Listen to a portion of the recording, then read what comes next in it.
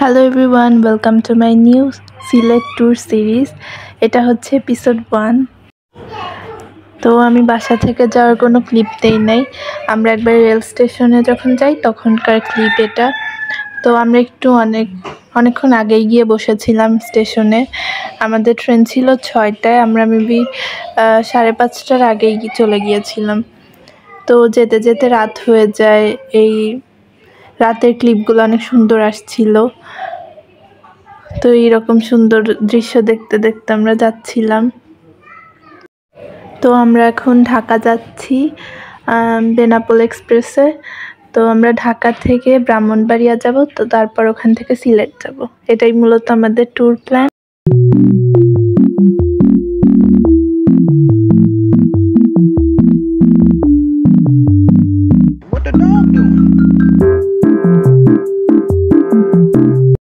তো আমরা আমার খালামণির বাসায় চলে এসেছি। অ্যান্ড আমরা 10:30টার দিকে পৌঁছেছিলাম, কিন্তু ওই সময় খাওয়া দাওয়া করা এইসবের কিছু ক্লিপ নেই। ওই দিন আমরা অনেক টায়ার্ড ছিলাম, তাই একবারে ঘুমায় পড়েছিলাম। ওই দিনের আর ক্লিপ নেই।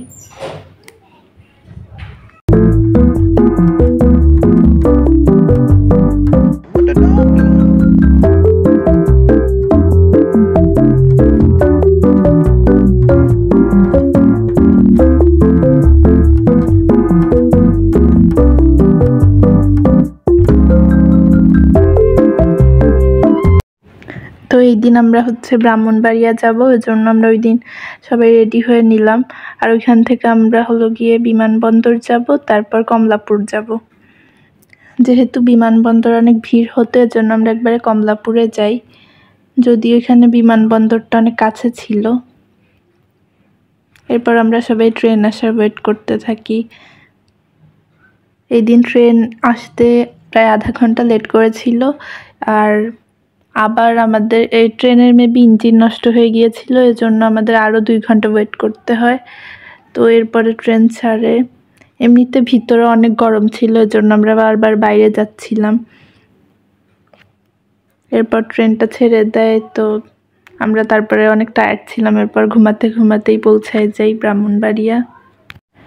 তো ট্রেন ছাড়ার কথা ছিল 3টায়, আর ট্রেন ছেড়েছিল 5:30টারও পরে। আমরা ব্রাহ্মণবাড়িয়ায় পৌঁছে গেলাম। আর এটা হচ্ছে তিতাস নদী। এই নদীটা অনেক সুন্দর। আমি এখানের কয়েকটা ক্লিপ নিয়েছিলাম। এরপর আমরা বাসায় চলে আসলাম। আর এটা একটা স্কুইশি, আমার কাজিন বানিয়েছে। তো এই দিন আমার বার্থডে ছিল, আর আমার কাজিনরা আমাকে সারপ্রাইজ দিয়েছিল। আমি কিছুই বুঝি নাই, ওরা নিজেরাই সব সাজিয়েছিল। 11টা থেকে 12টা পর্যন্ত ওরা দরজা আটকায় দিয়ে কি করছিল আমি নিজেও বুঝি নাই। পরে গিয়ে দেখি ওরা এইসব করছে। তো আমি এটাই অনেক সারপ্রাইজড হয়েছিলাম। ওরা আমাকে গিফটও দিয়েছিল, কয়েকটা সুন্দর করে ডেকোরেট করেছিল নিজেরাই।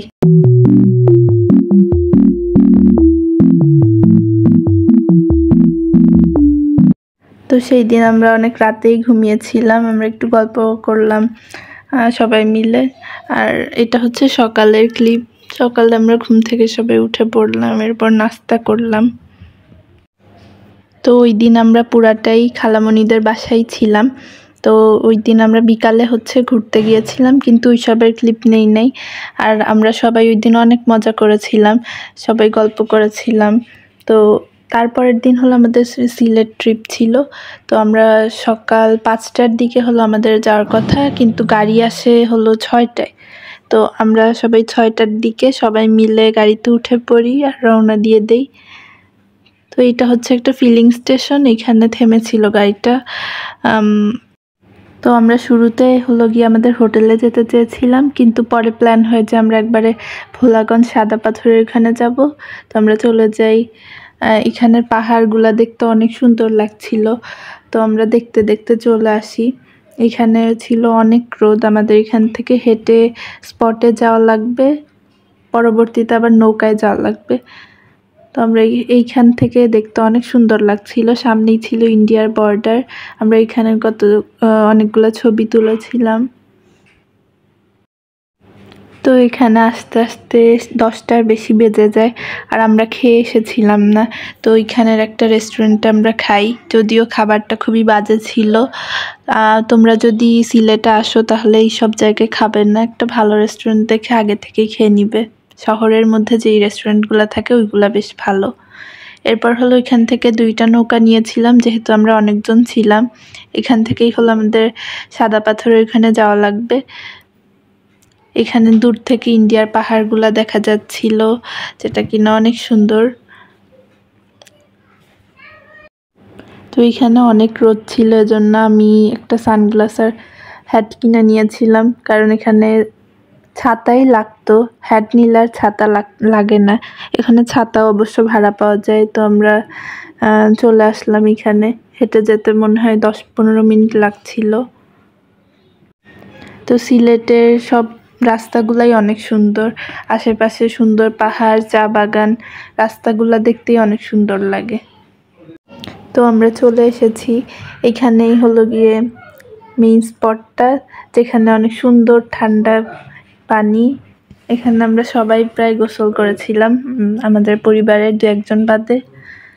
এই জায়গাটা আসলে অনেক রিফ্রেশিং, পানিটা অনেক ক্লিয়ার আর দূরে পাহাড় দেখা যায়, যেটা কিনা আরো বেশি সুন্দর।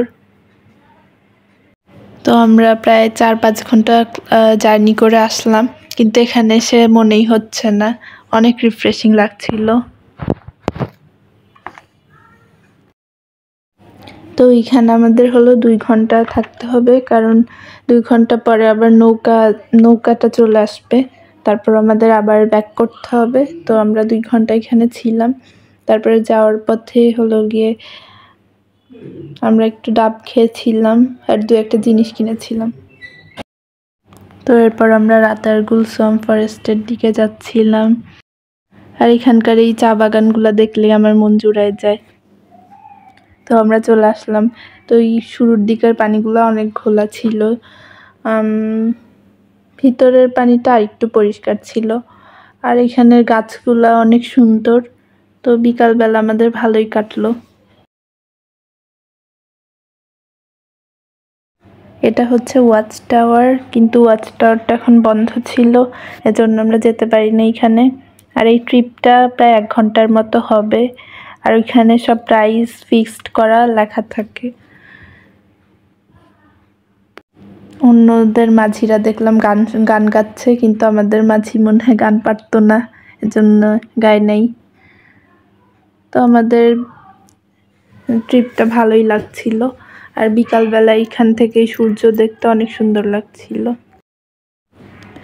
এই সময় হলো একটু ঝড়ো বাতাসের মতো একটু বইছিল, এজন্য আমার অনেক ভয় লাগছিল, কিন্তু পরে আর বৃষ্টি আসে নাই। আমি ভাবছিলাম বৃষ্টি আসলে কি হবে। এইসব গাছে অনেকে ওঠে, কিন্তু আমরা উঠি নাই, কারণ আমাদের অনেক সাহস নেই। আর এখানে পানিতে কিন্তু সাপও আছে, আমি একটা সাপ দেখেছিলাম। আর এই বর্ষাকালে আসলে হয়তো পানিটা অনেক ক্লিয়ার থাকে, কিন্তু এই সময়ের পানিটা একটু ঘোলা ঘোলা, আর পানিও অনেক কম। আমি প্রথমে অনেক ভয় পাচ্ছিলাম যে অনেক পানি নাকি, আর পড়ে গেলে তো অনেক ঝামেলা হবে। তো এখানে খুবই কম পানি, আর বৈঠা বাইতে বাইতে বৈঠাও ঠেকে যায়। মনে হয় এখানে 7-8 ফিট হতে পারে পানি, তারও কম হবে।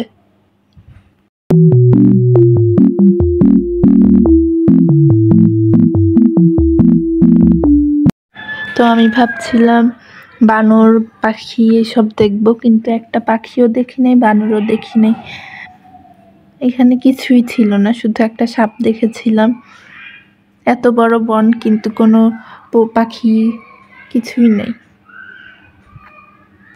তো এখানে একটু ডাঙা মতো ছিল, এখানে অনেকেই উঠছিল, কিন্তু আমরা উঠি নাই, কারণ একটু কাদাও ছিল।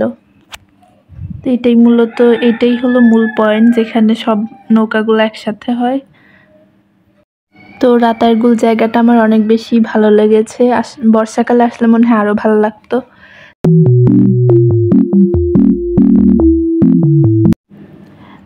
তো আমরা আলবারাকাতে ছিলাম, আর এই হোটেলটা ভালোই ছিল। এটা হচ্ছে তাজিনো, বিছানার উপর উঠে গড়াগড়ি খাচ্ছিল। তো ডাবল বেডের রুম ছিল, আর এখান থেকে ভিউ হচ্ছে পুরা শহরের প্রায় ভিউ পাওয়া যায়। তো রাতের বেলা আমরা 5 ভাই রেস্টুরেন্টে খেতে গিয়েছিলাম, আর আমি গাধার মতো একটা ক্লিপও নেই। তো সিলেট ট্যুরের দ্বিতীয় তৃতীয় এপিসোডও আসবে, তোমরা সবাই অপেক্ষা করো। Tata, bye bye.